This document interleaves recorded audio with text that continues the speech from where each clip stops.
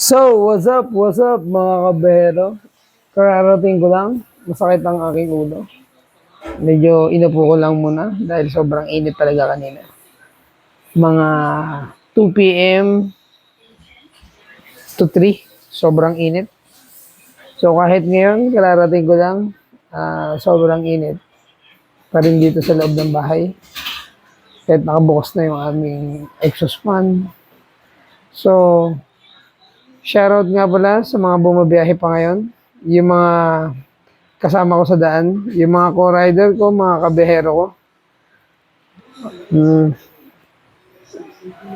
Lagi niyong tatandaan na always may naghihintay sa atin pag uwi natin sa ating tahanan, sa ating mga tinitirhan. Kaya sa mga tropa ko dyan sa Ungpin, Manila, shoutout sa inyo. So eto, chillax na muna ako. So bahala na muna kayo dyan dahil medyo nahihilo ko ngayon. At sana lagi kayo nagbabaon ng tubig.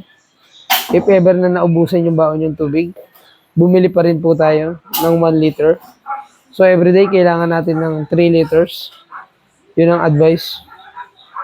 Kaya mga kabihero, no need para magtipid. Kailangan natin ingatan yung ating sarili. Lalo na sa sobrang init.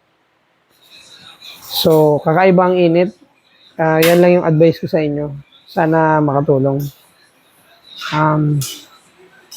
Ride safe po tayo. Hanggang dito na lang yung aking video. Babu.